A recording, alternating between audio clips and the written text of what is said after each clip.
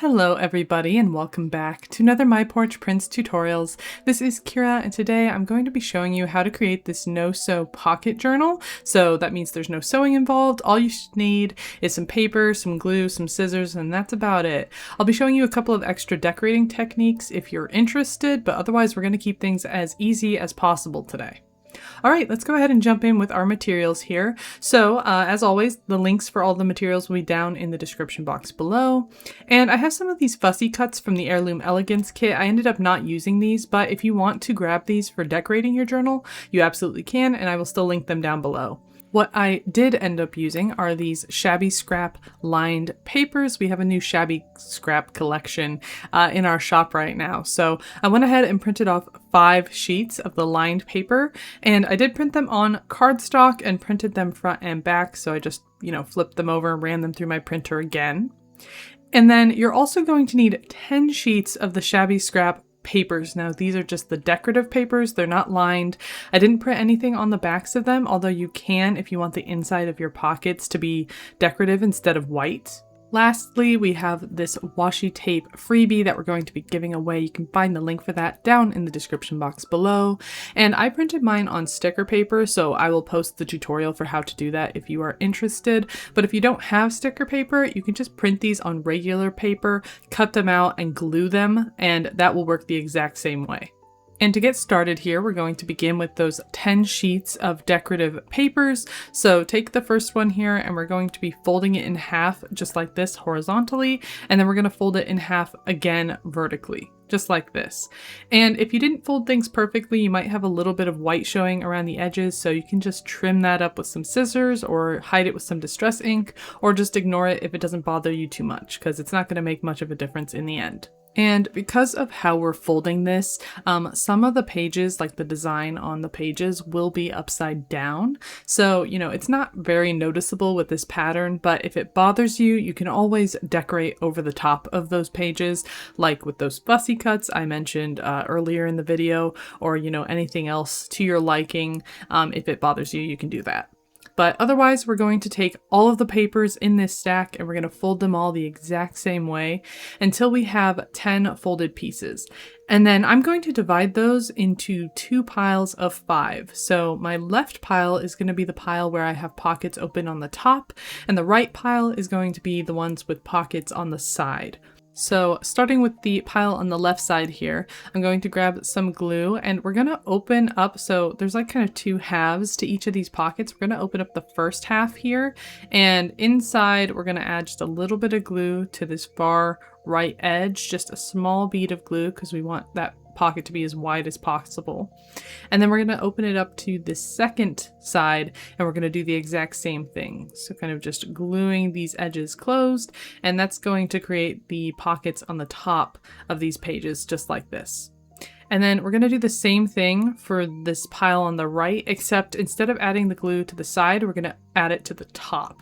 So otherwise it's exactly the same, but this allows the pocket to be on the side instead of the top. So I'm going to do 5 and 5 of each of this style. If you want to, you could just do one over the other if you have a preference. If you like the way one looks more than the other, I'll leave that up to you.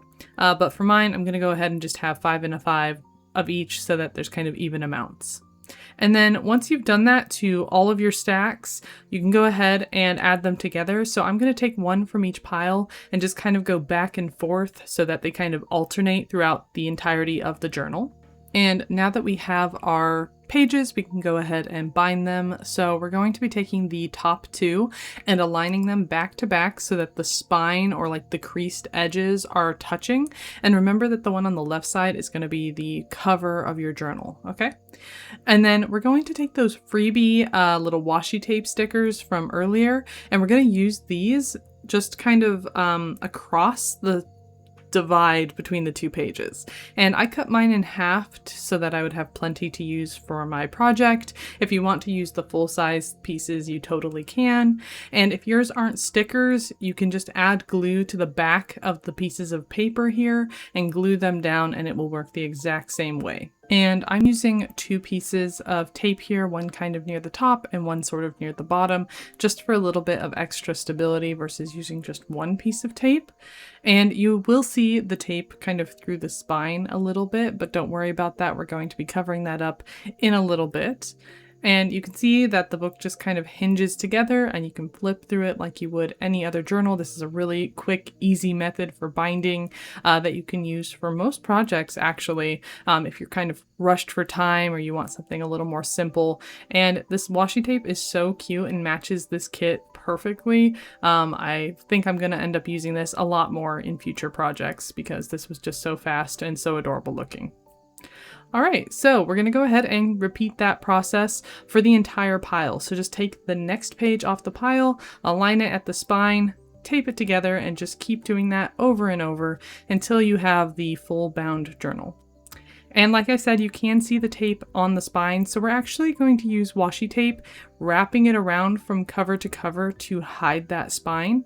And I'm just layering my pieces with a little bit of overlap as I go down the cover, down the spine with all of my remaining washi tape pieces. You might have to print out a second sheet depending on how many you used to bind your pages together. And once that's finished, it should look something like this. So now we can go ahead and move on to creating the cards to go inside of the journal. So grab those 5 sheets of Shabby scrapped lined paper, which are actually printed on cardstock, and we're going to be marking them at 3.5 inches on either side like this.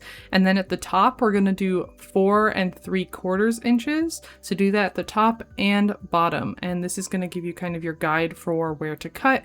I'm using this paper trimmer. We do have this linked in our Amazon affiliate shop down in the description box below if you are looking for a paper trimmer. And you should be able to cut those perfect cards, which are the 3.5 by 4 3/4 inch in size. And once you've got one of those, you can use that as a template for the other cards that you're going to make. So we're going to make 20 cards here. We're going to use all 4 corners of all 5 sheets to create all of the cards that we need to fill all of the pockets that we made. And while you're cutting these, you might find that you have some leftover scraps here. If you don't want to throw those away, you can use them as labels on your pages by gluing them in just on any page that you think looks nice. And this just creates a little bit more writing space and could be cute for decorating. And you could use these cards as recipe cards or to-do lists or grocery lists, or even just to write yourself a nice message once a day. And then you can pull one every day to kind of cheer yourself up. There's lots of uses for these. Let me know down in the comments below what other uses you might use these cards for. But otherwise, if you want to, you can do a little bit of extra decorating. So I'm using some of those washi tape stickers to just kind of create these little pull tabs by just folding them around the edge of the card, and that gives me something to grab and kind of helps me to pull the card out of the pocket, because sometimes, you know, they can slide a little bit too far in there and be a little bit tricky to get out. So if you want to do that, you can. Otherwise, to keep things simple, you can tuck the card in, but don't push it in all of the way. That way you have some layers that you can kind of grab onto, and they create kind of a pretty layered effect for your journal. And the tension of a completely full journal should keep the cards in place, but it's not guaranteed. So if you want to make sure that they're easy to grab, pull tabs are kind of the way to go.